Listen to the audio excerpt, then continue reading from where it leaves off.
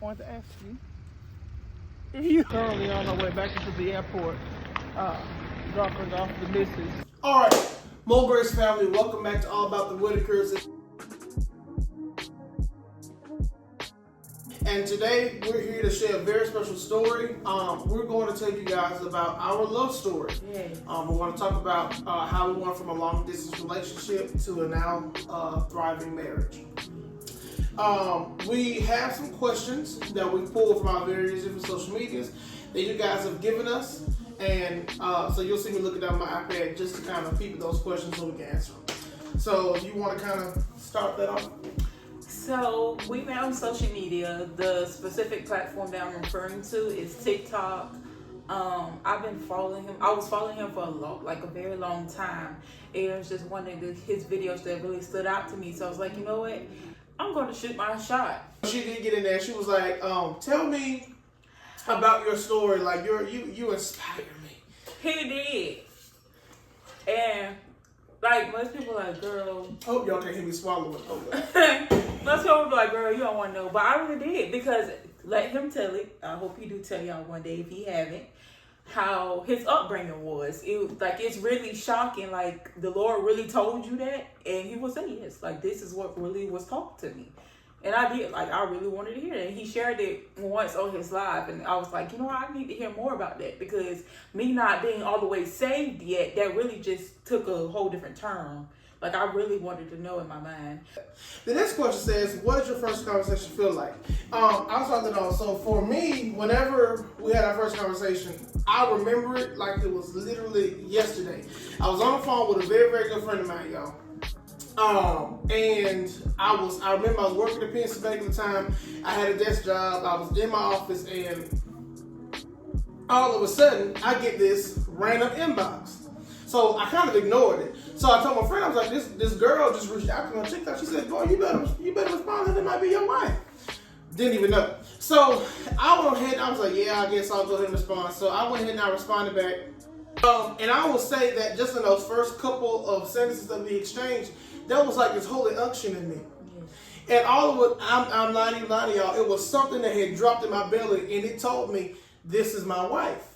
Before we ever had any type of deep conversation, before I even met her in person. And mind y'all, she was all the way in Tell City, Indiana. Actually, at that time, you were in Lakeland, Florida, right? I was in Mobile.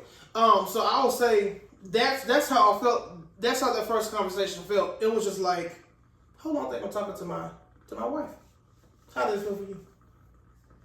I would definitely say it was the same thing. I knew it was love at first sight, and I know most people don't believe in it, but I just knew deep down in my heart that, you know, this is my husband. Even though I did ghost him, and we could have been married. So you can go ahead and tell them why you ghosted me. Like, tell them what was happening. Okay, so the reason why I ghosted him, not too much on me, y'all. The reason why I ghosted him is because the season that I was in, I know he was not going for it. I was living out in the world. I was doing whatever I wanted to do. I dressed a certain way, walked a certain way, talked a certain way, moved a certain way, that I just knew any real man was not going to go for it. Text after call, after Snapchat, after Instagram, like, hey, you all right? Did you fall for the face of the earth? Did you die? Is you dead? Did they bury you? Y'all, I mean, like, I'm like chasing after this girl. Now, you know, a lot of people go by, you know, he who finds a wife, da-da-da-da. Yes, who finds a wife? But in this case, she technically found me, but I will say she made me fight for it. I ain't even gonna lie. I had to chase this girl who came after me. But Mo Grace. So, and that's the reason why I ghosted him, because I just feel like I had to prepare myself. I had to get rid of all that before I decide to step in this marriage, because I knew he wasn't going to go for it at all. And I will say, y'all, she was definitely right, because understand, and let me tell y'all about me. No, I'm not judgmental. No, I don't think I'm so saved or so. And she was absolutely correct, because I remember one of the questions says, what was your first impressions of each other? My first impression of her was, this girl look a little fast. Wow. She was like a little hot girl summerish. Like, you look definitely ratchet. And I was, but again, that's because of the way I grew up. So, hey. But that was definitely my first impression of her. And I will say what saved her is the conversation that we had. And I'm glad now that you did start our conversation off the way you did. Y'all asked us some questions about the long distance aspect of our relationship before we got married. The first question is, how far apart were you living at the time? It was not like 9 hours. 10 hours. Yeah. Well, you might want to say 10 because it was like 9 hours and some change. Yeah. So from the beginning, you were in Lakeland, Florida, which is 8. And then you had moved to Indiana. So the reason why I moved to Indiana is because I wanted a new environment. I just knew my hometown. It was just becoming too much for me. It was too much going on. I like to be real and transparent. If you judge me, hey, that's on you. I have to go before the Lord, and that's the only person I'm listening to other than my husband. I went to jail. I was smoking. I was drinking. I was outside, like, just crazy. I was like, Lord, I just gotta, hey, I need to go somewhere that's not like fast paced. Yes, like not city. Mm-hmm. So one of the questions here says, was there ever a moment where you wanted to give up? I actually would say yes. So the moment I wanted to give up was when you ghosted me. But before you ghosted me, you had told me, hey, I'm thinking about moving to Indiana. Sure, and I'm like, you was like, why? And I'm like, well, right now, okay, now I'm already mobile, we already far, why are you going further? So in my mind, I was like, okay, yeah, this is absolute, and I'm for real. I was like, this is absolutely not gonna work. Because Florida, I was like, okay, now I'll go to Florida. I'm not going to no Indiana. So that was definitely a time where I thought about giving up, because the distance had gone from far to even further. And then on top of that, when you ghosted me, I'm like, okay, so I'm gonna tell you. Was there a time you thought about giving up? Not in the relationship aspect, no. But it's just besides that, yes. That's just a whole different story. That's a whole different. We ain't gonna get into that. Okay. But relationship, no. Okay. The next question you guys asked was, what was the hardest part of being long distance? I would say not being in each other's presence. Like, that's really hard because the tone of voice over the phone, it's like, or if somebody's sad or going through it, I can't touch you, I can't hold you, I can't encourage you. I mean, you can encourage somebody on the phone, but it's right. Like so much you can say, mm-hmm. and then it's not so much you can really do. Right, like it's especially like so during this, as she was saying, she was going in and out of the hospital. So there were times because of her condition, she's been medically diagnosed with endometriosis. Many of you that know what endometriosis is, you know that's a very strenuous health concern. So there were months during the time we were dating where she would literally be rushed to the hospital. She was working at a factory job at that time. And one day she actually completely passed out, blacked out at work, and she had to be ambulanced to the hospital, to the emergency room.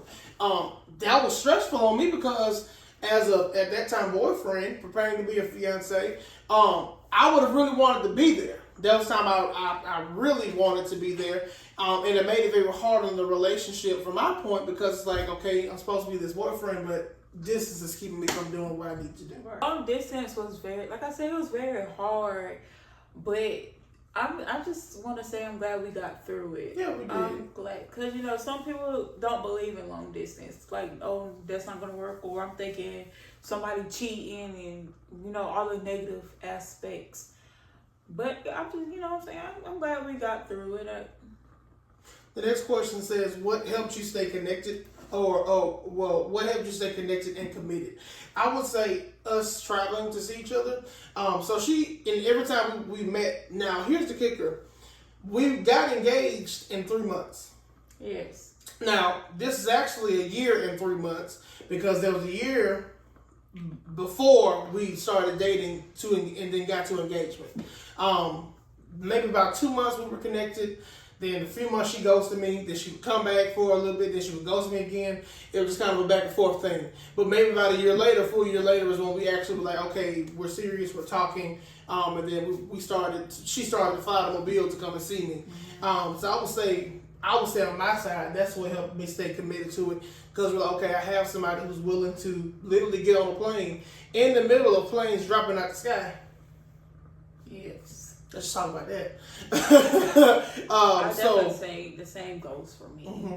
It's the traveling and really dedicating like my heart and my mind to it. Like, yeah, I'm gonna get off this plane. Mm-hmm. Especially when a man said he'll go $500 to go get a plane to come see me. Like, who wouldn't? Yeah. And said nothing about having sex. Let's just throw it out there. Right. So the next question you guys asked was, when did you realize that this was your person? Like I said, I knew it was love at first sight, but when I really honestly like, okay, this is the person I'm going to spend my life with. It's when, okay, ladies, hear me when I say this. A man could give you money. A man could say, all the nice things we want to hear in our ear. But a man that dedicate his time, ladies. What do you mean by that? When I say he dedicated his time, like he will always go out his way to make me happy. I could say, ooh, that's so pretty. I want it. 5 minutes later, I got it. It then got delivered to your front door. Or it got delivered to my front door. Literally one day she was saying, ooh, babe, I'm so cold. And she was Tell City. So in Tell City, like, y'all was getting iced in. Yeah, and y'all, I'm anemic on top of the Indio. Right, y'all got 20 inches of snow. And I'm like, okay, I literally delivered her $100 heater. I didn't even tell her I sent it, so I said, babe, go to your front door, somebody that waiting on you. She started crying over the heater, y'all. It's the small. I promise. It don't take a lot to make me happy. It's be the small things for me. Yeah. You could buy me some flowers. I'm ready to cry over the flowers. That's just who I am. I just knew the way he really put his time and effort into, things. Especially on your birthday, because we celebrated her first birthday. So her birthday actually lands like the day, most times the day before, the day after, or sometimes the day on Thanksgiving. So she came. So I flew her down the week of Thanksgiving, and that was the second time that we had met within the 3 month period that we were dating. Mm-hmm. So the first time we visited each other was like right before my birthday. Mm-hmm. It was my birthday's October 23rd, so it was like the first week of October. She came to visit me. We celebrated my birthday together, and then she left back out. So the next time she came back down, it was celebrating her birthday. So at this point, we had only physically seen each other twice. All right. Stay with us. So, so after meeting her twice, I was like, okay, babe, we're going to celebrate your birthday. So when she got off of the plane, I had flowers waiting for her. I was all dressed up. I took her to Longhorns. It's the birthday.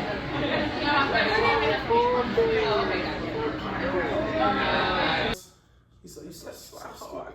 I took her to Longhorn. Thank you.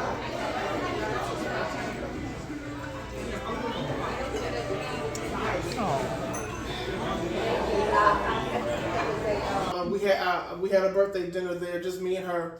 Took some pictures, and then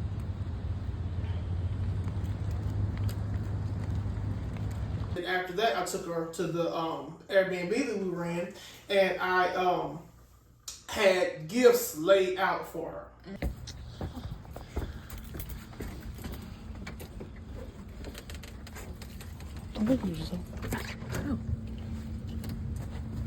Aww. Try not to cry. Ain't gonna do it. Ain't gonna cry. Ain't gonna do it. Aww. Ain't gonna cry. You crying for real, baby? Drop the tears. This will drop the tears. All right.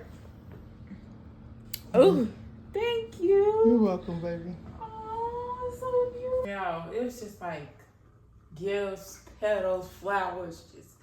It was so beautiful. And my favorite color is pink. I'm such a girly girl at heart. Pink was just everywhere. So I'm just like.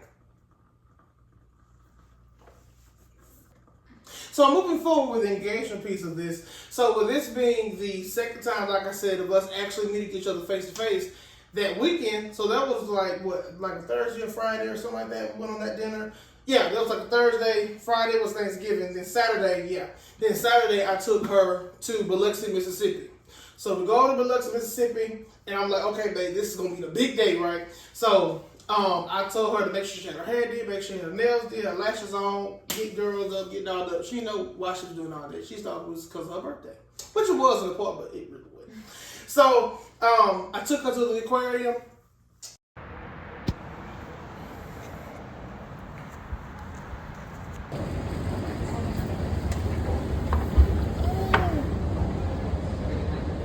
We had a lot of fun at the aquarium. Yeah.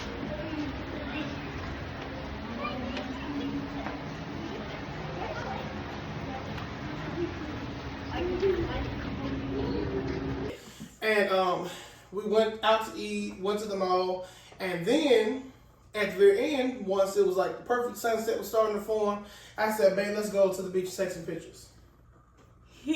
This man shocked. When I say shocked me, still to this day, they was like, Mark, you didn't know who? Like, I think my sister just asked me that the other day. She said, right. So you really didn't? No, I was so clueless.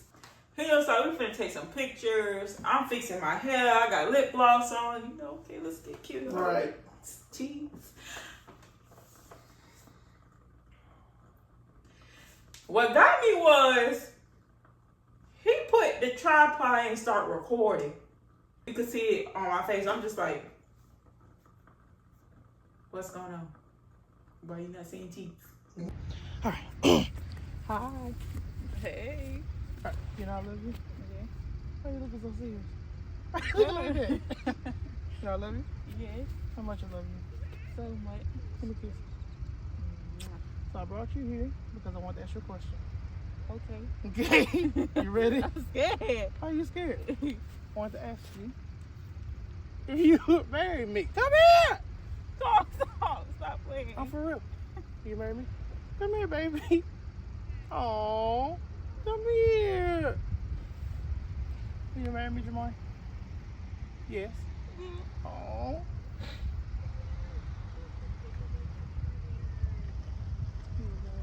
Here you go. Oh.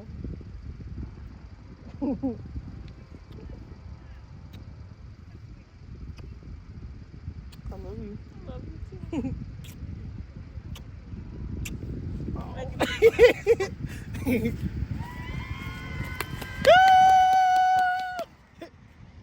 The Mulgrace family, we are currently on our way back into the airport, dropping off the missus back so she can head back to Tell City, Indiana. Poor. You cried already? Well, I cried. I don't know if she cried. Give me about time to get on the plane for this. I cry. But we're gonna see how this goes. I will cry again. We'll be back, or I'll be back. Somebody will be back. Somebody. Love y'all. Love y'all. All right, y'all. So it's official. I just sent my new fiance back home to Indiana. I am walking the Trail of Tears right now. No offense to, whatever. But I have literally cried the whole walk back to my car, y'all. I'm really gonna miss her. We talked about it, planning and everything, getting everything together, for the big move-in day and everything, and we are getting it all together. But I'm really gonna miss her. It's gonna be a long next couple of months, but we're gonna do it, and we're gonna do it together, right? The next question is, what has your relationship taught you about love? It's okay to let your guard down. It's okay to be sensitive. It's okay to, depend on somebody other than yourself. When you have been so independent, and I was independent since the age of 6. I mean, besides of the help that I did have, there was a lot of gaps where it was just me, my brother, my sister. I had grown up at a very young age. So when you had to depend on yourself, it just taught me like, okay, don't love nobody, hey, and you can't trust nobody. Mm-hmm. So it really taught me that it's, it's okay to love, it's okay, to be soft, to, give your heart to somebody else. Mm-hmm. Right. I would say, I would say the relationship at that point taught me that it's safe and it's okay to be vulnerable, even at an early stage. And I would say the love or the display of love that she gave me just in those few in short 3 months just really exemplified that it's okay. Hey, it's okay for you to be your raw, true self. Yeah. And that's how I say that's what it taught me about love. In the sense of when someone says they love you, they should love every part of you and not just the parts of you that they like. More grace. We'll move past that. But also that's what it taught me. The next question says, what would you say to someone in a long distance relationship? To keep going. You never know how the outcome may be. To definitely trust, trust, really communicate. Communication is very key, like big when you're long distance. Mm-hmm. I would say my advice would be, and I'm speaking from experience, right? I had I'm still in the friendship with a very close friend of mine, my covenant sister, and I will say that our friendship looked extremely different while I was engaged and now that I'm married. And it took a toll on the friendship at the beginning of our relationship because it caused our friendship to shift and it caused our friendship to look different. So out of that, the advice that I would give anyone that's in a long distance relationship that's pursuing marriage and is very serious about it, I would say, I'm not going to say don't care about your friends, but if you can put that into nice words, don't care about your friends. Because ultimately, at the end of the day, this is the person that you're standing before God and saying, this is who I'm vowing to love, this is who I'm vowing to cherish, this is who I'm vowing to A, B, C, D, E, F, G. That's long distance or not long distance. Friendships and relationships with other people just want to look different, especially when you are with a long distance partner. Just be ready to change. Just be ready to expect, the unexpected change in a lot of things, in a lot of aspects of your life. Yeah. 2 more questions here. It says, what are you most thankful for about each other? Grace. A lot of grace he gives. Because I know baby, I am very difficult. I would say his grace. I know I'm very difficult, because I'm still healing.